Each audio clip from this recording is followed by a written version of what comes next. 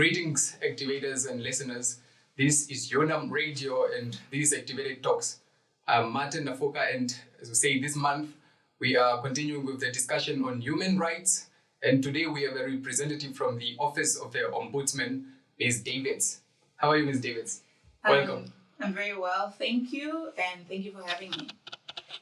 Yes, Ms. Davids, not many people really know about the existence of the Ombudsman, particularly the youth, the young people, the existence and the role of the Office of the Ombudsman in Namibia. How important, or what is the importance of the Office of the Ombudsman in terms of democracy for a democratic country like Namibia?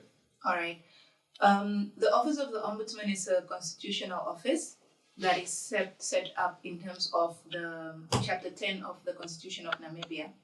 So the Ombudsman is basically like a representative of the people. Like I said, it is a constitutional office set up in terms of the Ombudsman Act 7 of 1990. So basically the function of the Ombudsman, or the role of the Ombudsman, is to serve as like a watchdog or an overseer in terms of human rights. However, the Ombudsman has three mandates: human rights, maladministration in the public sector, and environment. But the main one, of course, being human rights, since we're talking about human rights. So that is basically what the Ombudsman is. And what the Ombudsman does is then, in terms of human rights, is promote and protect human rights. So promotion, like we're doing now, awareness, right? And then investigating complaints or matters, looking into matters pertaining to human rights violations. And our human rights, as hopefully most of our listeners know, we find in Chapter 3 of our Constitution. Interesting. So given that I've seen the office should have some sort of independence, how independent would you say it is currently? Well, the Office of the Ombudsman is independent in terms of the job that it does, the investigations that our investigations officers conduct are not interfered into by persons from other offices. Independence in the sense of the Ombudsman has power by virtue of the Act to request information from any public office, ministry or agency. Independence in the sense that the Ombudsman can also represent persons in court, depending on the nature of the case. Wow.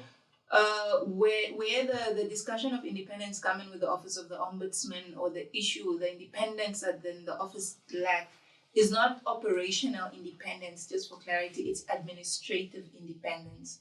So I'm going to give the actual practical example is that the Office of the Ombudsman currently is a directorate of the Ministry of Justice.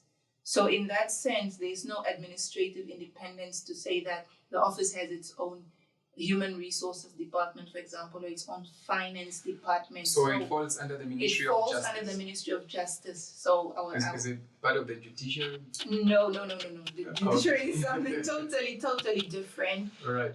Essentially, an ombudsman's office, if you look up the role of an ombudsman, essentially across the world, it's an office that is supposed to administratively stand on its own because of the nature of the work that it does, which is investigation. True. Just to avoid things like bullying, conflict of interest, or having to rely. Essentially, the Office of the Ombudsman is administratively independent. So in Namibia, the Office of the Ombudsman is tied to them. It's considered like an extension of the Ministry of Justice, if that makes sense. If I may just cut you, when it comes to the procedure of reporting human rights violations, what is the procedure, and what justice can the perpetrators face? What justice can the Ombudsman office impose on the perpetrators? All right.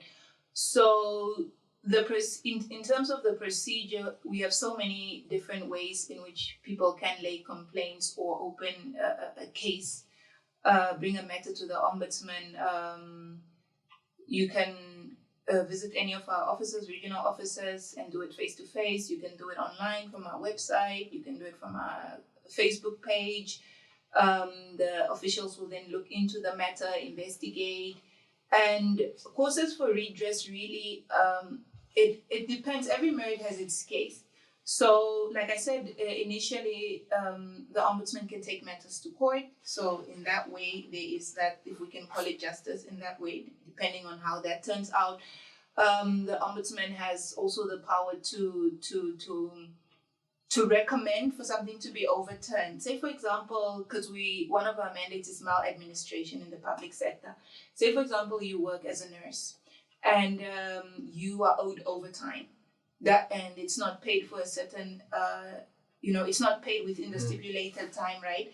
That would be considered an example of maladministration, a case that you can then bring to our office that we will then look into. We'll speak to the HR people or the finance people at your ministry and say, hey, you owe this person, it's overtime, etc. And based on that action, that will then be some sort of redress for that person to then be paid. I just want to find out, recently, some people on social media are commenting that the Office of the Ombudsman in Namibia is useless. For some reason, they don't see the use of it, or they don't see any results from the existence of the office, being bred from the existence of the office. I just want to find out, from the initiation of the office, which year was it established? The 1990. 1990. Yes. From 1990 up to now, how successful has it been in terms of bringing justice to human rights violation victims, if I can say? Yeah, just for clarity, I want us to have a distinction because we have our judiciary that is independent. We have our courts of law, right? We have the Office of the Ombudsman. I don't want us really to use the word justice, because we're not handing out judgments. You don't deal with justice. We're not handing out judgments. We're not a court of law, right? I don't want there to be a confusion. But you are a human rights We are a human rights watchdog, yes. So you asked, sorry, what was your question? Yes, I'm saying from the initiation of the office since 1990 up to now, how successful has it been in terms of making sure that victims of human rights violations, are brought to some sort of justice? Receive the redress or the justice that they seek. Okay. So, like I said, every case has its merit, and the justice that whoever, that the person seeks depends on the case.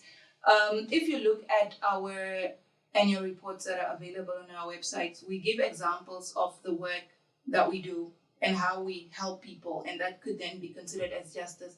In terms of how successful, I don't know if we can measure it in terms of, we also have statistics that we put out every year to say these are the amount of complaints that we received or cases that we received. These were the resolved ones. These are the unresolved ones. But I would say we do have records of having assisted people. When you conduct an investigation or when you look into something, there's always two sides to a story. True. Sometimes people have a case, sometimes they don't. And look, people are merited or warranted in their saying, this is how they feel. They feel the office is useless, or the office does not serve the purpose it's supposed to serve.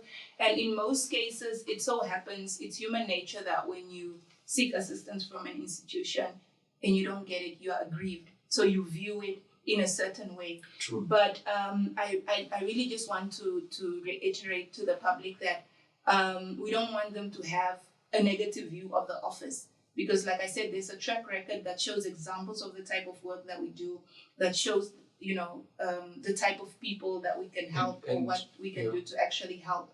So, is there perhaps statistics that you can give out now in terms of the successes? Perhaps a particular statistic that you can say, these are the amount of cases we have dealt with, these are the amount of cases we have resolved, and the amount of cases we are investigating? From the top of my head right now, I can't give statistics from the top of my head, like since 1990. But what I can say is that in our annual report, we have a page dedicated to the statistics. And in those statistics, we show the percentage of cases resolved and unresolved, the total number of cases received in a year. In a reporting year, we receive roughly anything between 1,000 to 3,000 cases, roughly. Wow. And in that, if you can familiarize yourself, you can take a look and then see, based on this, this has been resolved, this has been successful, this hasn't been successful. But success is really relative. It's Does it mean that if you come to the office and you don't get the response, that you wanted, does it mean that that is a failure? I want on when I report a case of human rights violation on me, yes, I want something to be done about it. Yes, something to be done about it Yes. if it has been established that it is a human rights violation. So you have to establish first that it's a human rights violation. Yes. And is there terms certain things are clear, certain human rights are clear and are stipulated in the Constitution. So let me say the case of police brutality, which has been ongoing recently.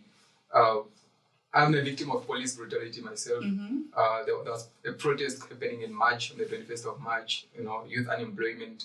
Yeah. The police were very harsh, but up to now there's been no justice done, no investigations. Speaking under correction has been carried out to the police.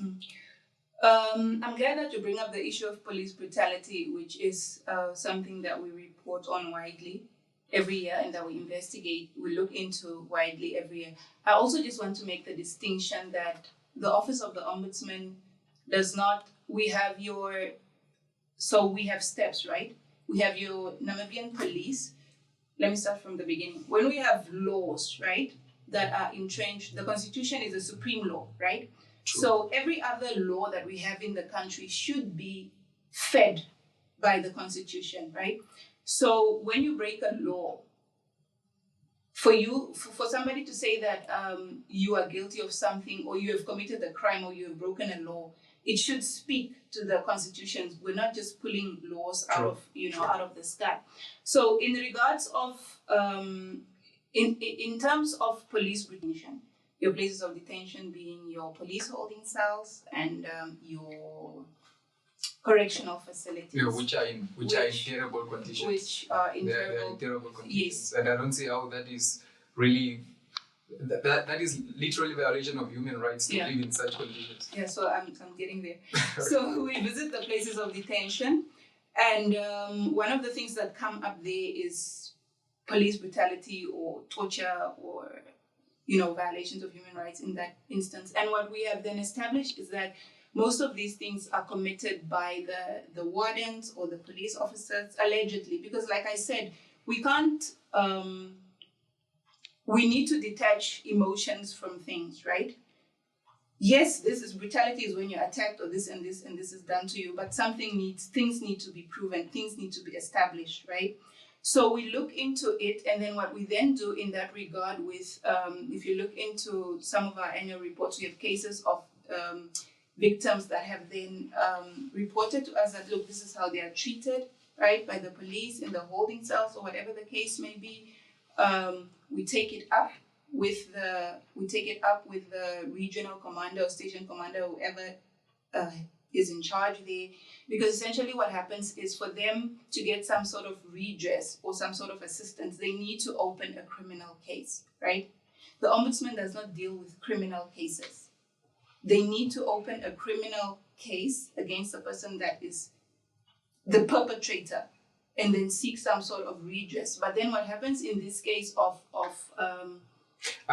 just to cut you. No, I just want to finish for people to have an understanding. What happens in this case for people, especially those that are incarcerated, right, to receive some sort of redress, is they can't open. If for them to open a case, they need to report the people that are doing these things to them. And who do they report it to? It's the colleagues of these people. So they refuse to open cases for them, right? So in that case, we go there. And the Ombudsman has that mandate or that power to say that this is an instance of maladministration, you not wanting to assist this person because you want to, or for whatever reason, I don't want to say what the reasons would be, I wouldn't know. And then we then assist them, and then we follow it up to see if this matter actually goes to court and something is actually happening. Yeah, I mean, I would want to say that sometimes you want to report allegations of, or let me say, police brutality. You want to report it, but you don't know that specific police officer. You don't know their name. There's no identification on them. They are literally just coming there with uniform, and you don't know if it's even a police officer, in fact.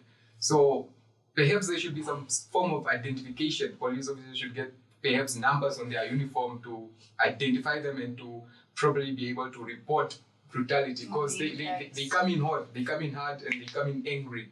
If they are sending a protest or anyway, they beat people and they injure people, and something should really be done about it. Yeah, I hear you, because in that instance, then it would be pointless, because who are you reporting? Yeah, who are you reporting? You don't know any one of them. Yeah. Yes. Moving on, I want to ask, should Namibians be confident about the existence of the office moving forward? Yes, we want Namibians to be confident about the existence of the office, especially in relation to, look, there are so many matters. When you look at things like information is power. A lot of people don't know about the mandates of the office, which hopefully people that are watching or listening can get to learn something and know that, oh, if I have a problem like this, I can actually visit this office to help me. We assist a lot of people in terms of just maladministration, things like, especially the elderly, people that don't understand their rights or don't understand the law. Things like local authorities taking advantage of people because they don't understand certain matters. In terms of human rights violations, I can give an example of, we had a case a couple of years ago where we had a woman who got a scholarship to go study abroad.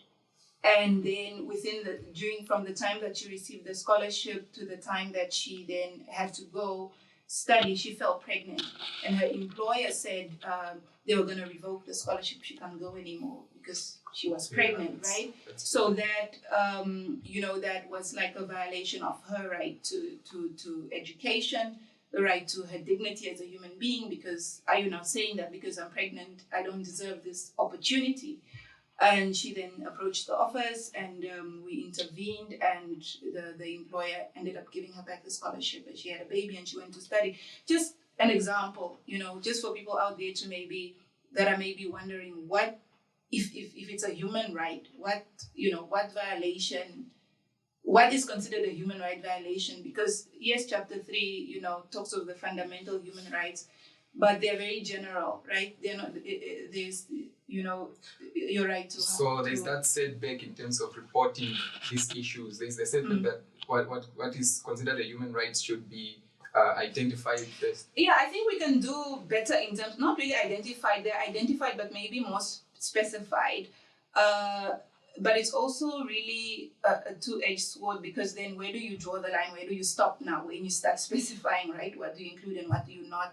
But at least just the general things, the examples. That's why when we report in our reports, we give examples of actual cases, so that for the layman, when you open the report or when you come to the office and ask, what exactly do you guys do? Then we can show you, something pertaining to this and something pertaining to that. Yes. Yeah. Okay, we go to the last question. I want to find out exactly what the Office of the Ombudsman does with regard to misuse of public money and misuse of public office and misuse of public property. There is a lot of cases and allegations regarding this, where, let me say corruption, that's the word to use it.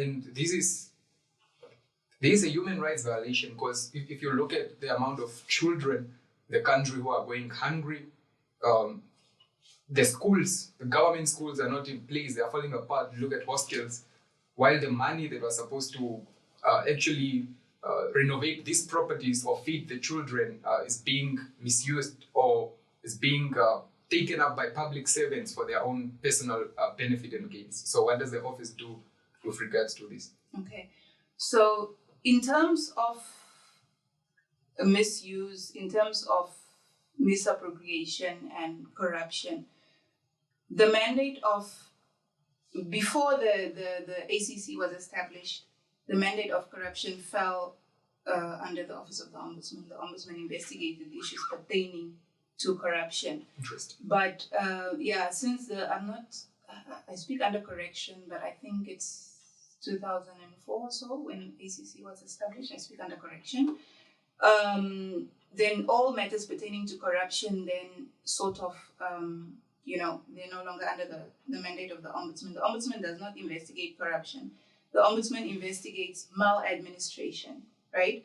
But the maladministration is then in the public sector, right? So you cannot bring an issue of maladministration. So, for example, you're aggrieved by a private company, you did not receive a proper service, but it's a private company, then that is then the issue of the consumers or whatever other agency that oversees whatever service that is. So just to make it clear that the maladministration that we investigate is only in the public sector. You said that you linked your question to human rights. It was long. I missed. Yes, I said the fact that public servants are literally taking money and benefiting themselves and even carrying out acts of nepotism, this to the detriment of the population, particularly school children who have to go to school on hungry stomachs and they have to attend classes in rooms that are falling apart. Hostel conditions are terrible. You know, the money would have rather been used to renovate such infrastructure, because it's the rights of children to go to school, to have an education, the right of children to eat. That money would have been used to provide soup kitchen to particular schools. So that's how I linked it to. All right. Okay. Thank you. It's much more clearer now. Yes. So with the rights, for example, like the right to education or the right to health, we have the ombudsman that is like the watchdog and overseer, right? All human rights, regardless of what type of human right it is. And then we also have these rights that are entrenched in our constitutions. They have custodians. So right to education, custodian, Ministry of Education. Right to health, custodian, Ministry of Health, right? So essentially these ministries are then failing to sort of implement that right or their duty or whatever the case may be. Just for an example, I'm not saying that is, the case or not. Just for an example, right? So the role of the ombudsman in this instance is to investigate human rights violations, right? In terms of the schools and the prisons you mentioned, we monitor the prisons, the places of detention. There are a number of prisons in the northern regions. I think it's in Oshana, I speak under corrections, detention facilities that were closed down after the ombudsman intervened. We went there, we saw that the conditions are not fit for human habitation. It's falling apart. It's a breeding ground for diseases. So that's one way which. But I also just want to put it out there that the public sector, like I said, they are custodians. They are people that are supposed to do these things, right? It's their responsibility to do it, and they don't. And the ombudsman is then supposed to as the watchdog, bring it under their attention or say, you're not doing this. This is a report. This is what we found. What are you doing about it? And if they then don't comply, the role of the ombudsman in this instance would then be to take the matter higher, which is now to the courts. I gave an example of the detention cells. Another example is of the children in the south that were, because by law, minors are not supposed to be detained with adults. They're supposed to have their own separate detention facilities. Wow, I didn't know that. Exactly. But the custodian of that is Ministry of Gender, right? So beef ministry is not doing their job, and take it to court. We approach them and say, look, we went to Rehoboth, for example, we found these minors incarcerated, or detained with adults. What are you doing about it? And then they tell us, oh, oopsie, for example, we're supposed to do this and this, but we'll do it by then. And then we're like, okay, fine. If you don't do it by then it's a next step, right? So this is what we found. And then we took the matter to court, actually. The ministry was ordered to report to the court by a certain date to explain to the court what they're going to do about the matter. When are they going to have these places, in place for the minors to be detained separately from the adults as per the Prison Act, as per the law. So that is those are a few examples of how we come in things like that. They are sort of an extension. They are sort of not our job. They are custodians for those things, like those things fall under the certain ministries. But if we then see that it's not being implemented, we can then also take it up as an own motion case. We don't have to wait for you to come say, hey, look at this prison, or look at this school, or look at this. Wow, interesting. Place. Ms. David, thank you very much. I'm educated. I believe our viewers are educated. I hope so. This conversation would have obviously have continued for much longer, but because of time, we have to cut it short. All right. Is there anything else you want to say to the public? Well, I just want to say to the public out there that the Ombudsman is there for the people. The services of the Ombudsman are free of charge, and we shouldn't have a negative notion of the office. Let's educate ourselves. Let's learn what the office is there for, what it's supposed to do, and then come to the office if you have issues that are that fall in line with something that we've discussed here. Or for those that have access to the internet, to just look up on our website what we do or what we're supposed to do, and keep taking us to task when you feel like we're not doing what we're supposed to do. Thank you very much. Right. And thank you for coming on the show and educating our young viewers. This is Activated Talks live here on UNAM Radio, and I'm Martin Afuga, your host for today. Thank you for tuning in. Remember to like, subscribe, and comment, and follow all our social media platforms. Thank you.